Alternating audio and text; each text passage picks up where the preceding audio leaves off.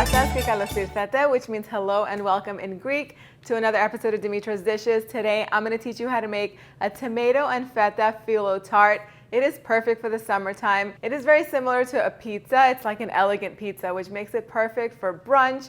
It's really nice for a dinner party as an appetizer, and it also makes for a really nice light dinner along with a nice salad. You just can't beat it. It comes together in like 10 minutes, and it uses lots and lots of in-season things. You could top it with anything that you would top a pizza with. Let's start making it. So we're going to begin by making the filling. For the filling, I have 8 ounces of feta cheese and 8 ounces of ricotta cheese. Now, all of the gram measurements are going to be on the written recipe underneath this video in the description box, as well as on the website, dimitrasdishes.com. Now, I'm making a feta cheese, creamy, nice filling, but you can definitely substitute pesto if you want. Pesto with tomatoes, absolutely delicious. I've made tarts before with that. Check them out. I'll link them up on top. Basically, what we're going to do is we're going to crumble the feta. I always start off with block feta cheese. I never buy the pre-crumbled feta because it doesn't compare to block feta. This is much better. And then I'm just going to mix in the ricotta cheese. Now, if you can't find ricotta cheese, feel free to substitute cream cheese. And if you want to, you can substitute both of these things for goat cheese. So many options here. Now, the only thing that's left is to put some black pepper in here. Now, you season this to taste. And I'm going to finally chop some fresh mint. You can use basil, dill, parsley, whatever you like. I love the way fresh mint smells. I'm going to put it in the filling. And that's it. You mix the filling all up. You always have to give things a taste. There's no raw egg in here, so we're just going to give this a taste. And I was just kidding. The filling's not ready yet. I need to put in some olive oil to thin it out just a little bit. About 3-4 tablespoons of olive oil. Okay, let's taste it and see. I didn't add any salt because feta is plenty salty. That is good enough for me. Set this aside. Step 1 is done. I think that took like 2-3 minutes. Now I'm going to chop up some tomatoes. You can use whatever tomatoes you have. If you grow tomatoes, this is the time to use them. I have some these are grape. I have some grape tomatoes here, and over here I have some homegrown tomatoes. These are from our backyard. So I'm going to use a combination of both. You know what looks really nice and fancy and beautiful in this tart? If you can get your hands on some heirloom tomatoes. You know the tomatoes that you see that are like a little bit green and yellow and red. They almost like have different shades of color. They would be so pretty on this. I'm just going to cut these grape tomatoes in half. Grape tomatoes are done. I'm going to use some of these backyard tomatoes. I like to use different sizes. I mean, if you have them, fine. Otherwise, you could use one size, one kind, one size, whatever. It just makes it look really pretty. I'm going to cut these into slices. Okay, tomatoes are done, filling is done. Next, I like to add some bell pepper to this tart because it adds another layer of flavor. You can definitely add some thin slices of zucchini. You could do some caramelized onions. You can throw on some kalamata olives. And what else? Anything basically that you would put on a pizza. I'm going to thinly slice this red bell pepper. You can use any color that you have. There we go. Half a bell pepper should be good enough. Now we're just going to assemble the whole thing. So I have a pack of number 4 phyllo pastry. If you buy your phyllo pastry at a regular supermarket, and there's usually not too many varieties over there, the one that they sell is almost always the number 4. If it doesn't have a number on it and it shows you pictures of a nice baklava or some little spinach pies, that's number 4. It's the most common one. The other ones are country phyllo. For this particular tart, I like the number 4 because it's thinner and just leaves it really nice and flaky, which is the way you want it. So all we need are 8 sheets. So we're going to layer them 1 sheet at a time, and I'm going to drizzle some butter in between each layer. Now, when you're working with phyllo, you've heard me say this over and over again.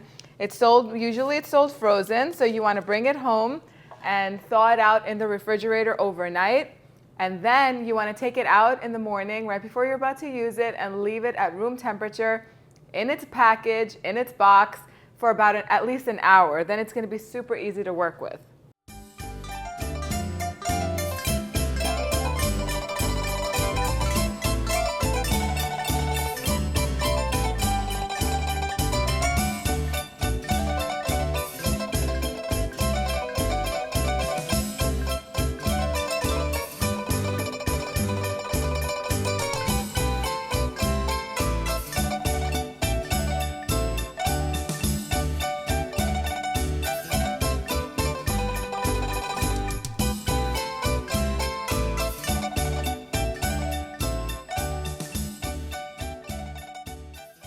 So I have all 8 layers on here. If you ever get if you ever go to pick up a sheet of phyllo and it's stuck together with another one, don't worry about it. Put them both together and just drizzle on top. You don't have to work hard to separate them because you'll just mess it up. So now you're going to take whatever phyllo is left over and just wrap it up. And then you're going to wrap it in plastic, or you can put it in a freezer-safe bag and store it in the refrigerator if you're going to use it within a few days or a week. Otherwise, you can wrap it in plastic and put it in the freezer. Now you're just going to spread the filling on top, and you're going to leave a little bit of room for the border, about 1.5 inches. You can spread it out with an offset spatula and makes it much easier so it doesn't tear the phyllo. Now at this point, I like to sprinkle the top of this cheese with cheese that melts well and becomes kind of stringy. You could use mozzarella, Gouda, or Gruyere cheese. I have some shredded Gouda cheese here, and that's what I'm going to use. Next, I'm going to put the bell peppers. And I have a little bowl here. I'm going to add some olive oil to it. And I'm going to add a little bit of salt to the olive oil. And I'm going to brush the bell peppers with the oil and the salt. And now I'm going to add the tomato slices on top. I like to keep the bigger slices towards the center and overlap them just a little bit. And then I'm going to put the smaller ones, these little grape tomatoes, around the sides. I just think it looks really pretty. And then I'm just going to brush the tops with this olive oil. Now I'm going to take the sides of the phyllo and create a nice border. I'm going to fold it over the edge of the filling and the tomatoes. We're going to do the long sides first. And before I do the other side, I'm going to brush some butter just on the inside portion of it. I should have done that on the other side too, but that's okay. And then fold the shorter sides over as well. Brush some butter all over the sides. And then I have some black sesame seeds. These are optional, but I'm just going to sprinkle them along the border of the phyllo. And I'm going to take some dried oregano and just sprinkle it on the top of the tomatoes. My oven is preheated to 400 degrees Fahrenheit. I'm going to bake this on the center rack until it's nice and golden. That's going to take between 45 to 55 minutes. Every oven varies, so keep an eye on it. As soon as it comes out, you want to take it out of the oven and let it sit at room temperature for about 10 minutes so everything can set before you slice into it. I'll show you what it looks like as soon as it comes out. My tart was ready in 50 minutes, but every oven varies. So around the 35-minute mark, you want to go in and take a look. What you're looking for is a beautiful golden color on the crust, and you want the tomatoes to start to wrinkle a little bit. That's how you know it's ready. When it comes out, let it sit for a little while, about 10 minutes, so that way the cheese can settle down. That way you'll be able to slice it into slices without them falling apart. It is time to take a bite, and I like to eat it like a pizza. I mean, you can serve it with forks and stuff and a little side salad, but the best way to eat this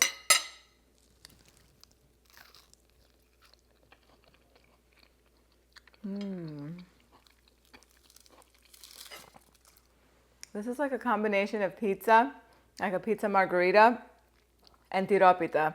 It is absolutely delicious.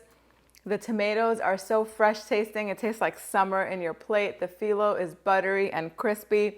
That cheese is really creamy, and then the Gouda melted and gave it that pizza type taste. So it melts and it's kind of stringy. The whole thing is delicious. Super easy to make. You can definitely assemble the whole thing a day ahead of time, minus the tomatoes. You can just assemble the whole thing, keep it in your refrigerator, and then slice the tomatoes right before you're about to bake it, put them on top, do everything we did, and then bake it for your guests. It's perfect for parties because whenever you can make something ahead of time, just makes life so much easier. Than you could enjoy the party with your guests.